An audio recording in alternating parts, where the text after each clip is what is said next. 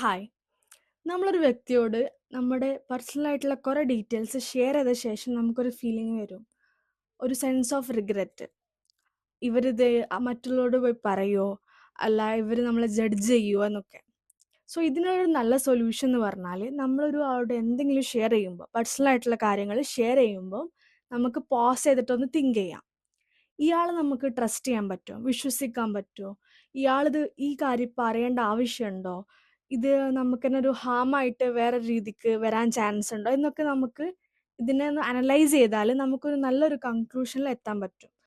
So വേറൊരു method എന്ന് പറഞ്ഞാൽ നമുക്ക് നന്നായിട്ട് ജേർണലിംഗ് ചെയ്യാം. ജേർണലിംഗ് എന്ന് പറയുമ്പോൾ നമ്മളൊരു ബുക്ക് എടുത്തിട്ട് നമ്മളെ ഫീലിങ്സ്, ഇമോഷൻസ് ഒക്കെ എഴുതി വെക്കണതിനാണ് ജേർണലിംഗ് എന്ന് പറയുക.